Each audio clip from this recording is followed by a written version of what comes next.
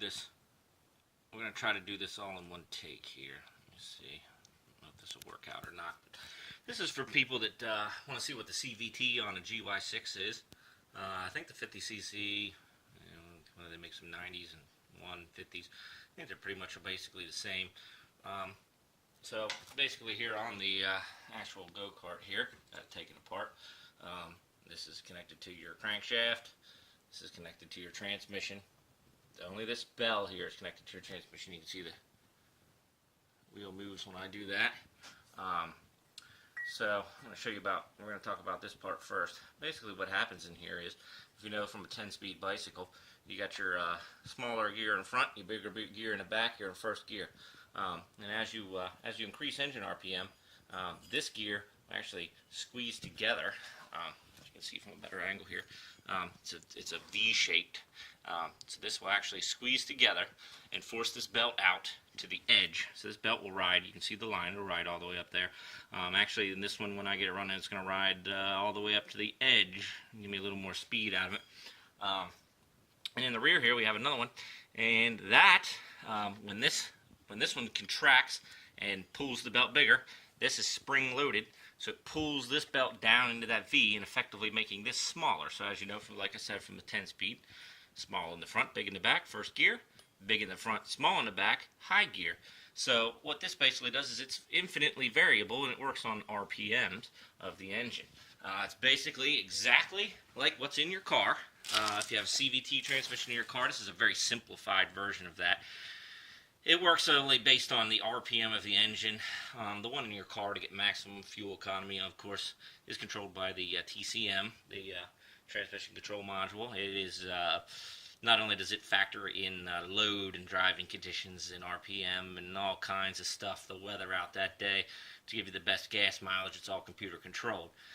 Same thing is happening though. Same thing. Variable gear ratio is just controlled by pressurized oil. And ECU. What we're going to do is show you this one though, and this one is extremely simple. So what I have right here is basically that front pulley. It's taken apart. As you can see, there's the fins on it.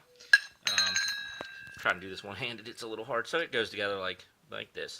You know, one half and the other half like this.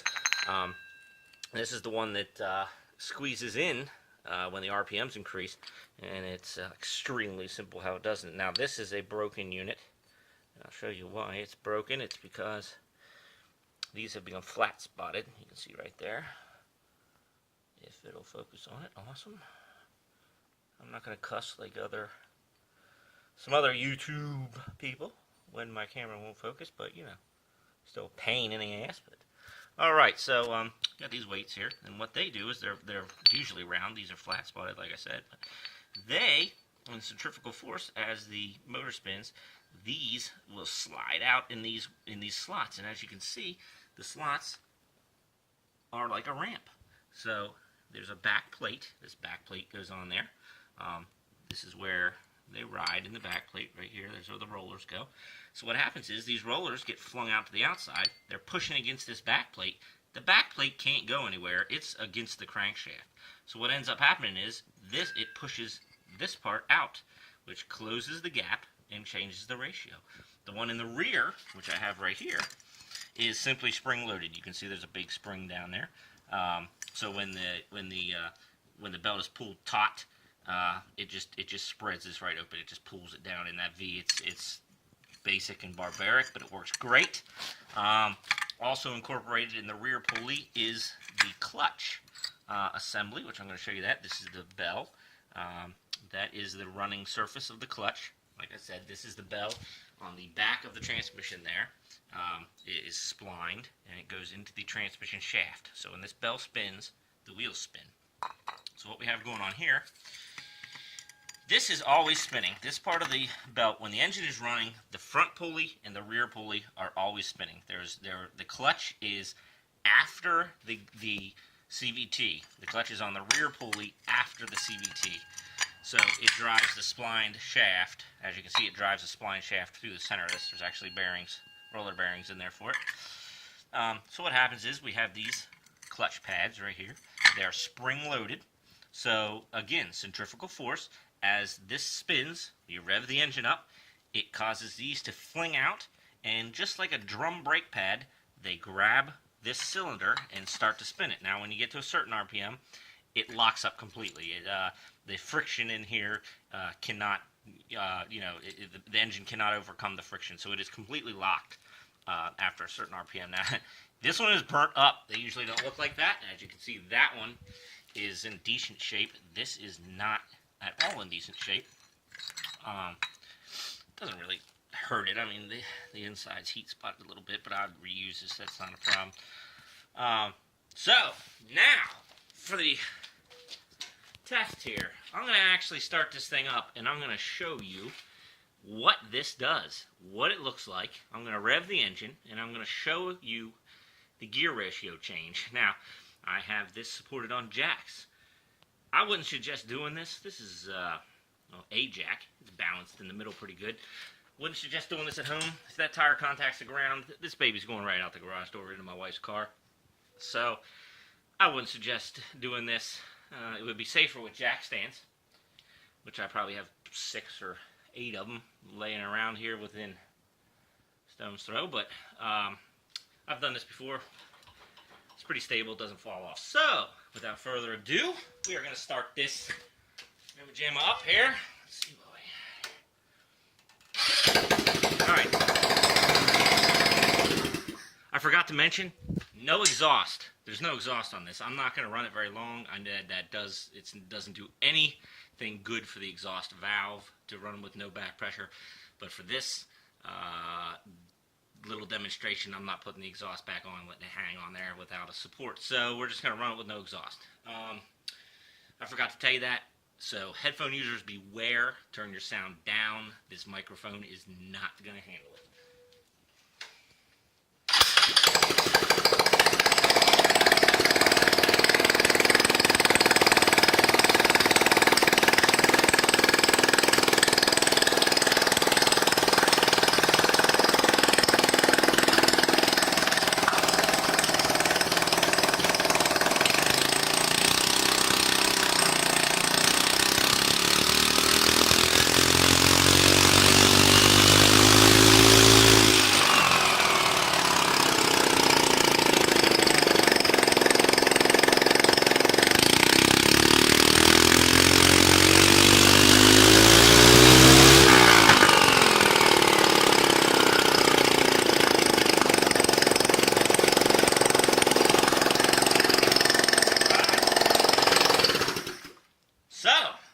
Go. What was happening here? So let's see. First of all, I got a drill bit stuck in there. That's great. So what was happening here? You could see when the engine started, the belt runs all the time. Does not contact this because there's not enough RPMs at idle. That is still ice cold. Beautiful. There's not enough RPMs in this back belt to throw the weights out. So when you spin the RPMs up, this belt spins. The rollers fling out, this gap narrows, it pulls the belt out to the edge and into the center of this, effectively changing the gear ratio. You could also see the clutch lock up. When I gave it a little gas, you could see that this would start and then it would lock. So you can see how that works. And that's basically it. There are some kits you can buy. One thing you can do is change the weights in this clutch. A lighter weight will not fling out with as much force, so you're going to get higher RPMs before the clutch locks, but it's going to slip more. Heavier weights with lighter springs are going to lock instantly or lock sooner at a lower RPM. So if you have a motor with a low torque range, if this was like a V-twin Predator or something like that, I would want a clutch on there that locks up at a pretty low RPM and stays locked right away. With this little puny one, GY6 150, shoot, you're probably turning it up 3,000-4,000 RPMs before this really even makes contact, but any less than that and she wouldn't go. As you can see, the belt, one other tip, if you're taking this apart and you put it back together and you notice you can squeeze this in, oh, what do? The belt's just crazy floppy, you know. And no matter what you do, you spin this, you don't know, you spin this, what's going on? The belt's just floppy. You can't do it. You can either spin the motor over Or watch this, you can just hit it a little bit. Boom, there you go. The belt tensions itself, beautiful. And that's it. Just make sure you got your nuts tight. The failure on this old system, the nut came loose, and so you got to think the crankshaft comes out. It's big, and then it goes to little and comes out. This fits in on that, boom, and it contacts that ledge. Well, the bolt came loose. This thing's rattling all around. Ends up wearing through the metal. You can see that was almost all the way through. Focus, you junk. All right. And these things are just sitting there rattling around and ended up giving them flat spots. So what ended up happening is this thing got stuck effectively in first gear. And it went about 10 miles per hour. Going up hills was extremely fun because it has power out the butt, but no high end. So we got this new clutch on there. I told you that this was going to compress more on the new clutch because I did a little trick. Basically, this is just compressed a little bit more than it should be from the factory, putting the belt out a little bit more than it would.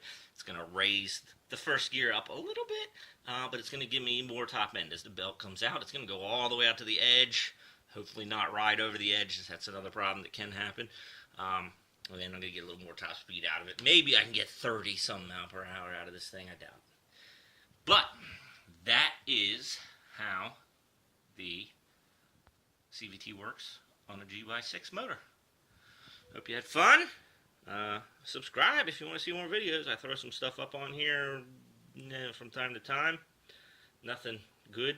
Car stuff, go-kart stuff, Subaru stuff, whatever. Peace out.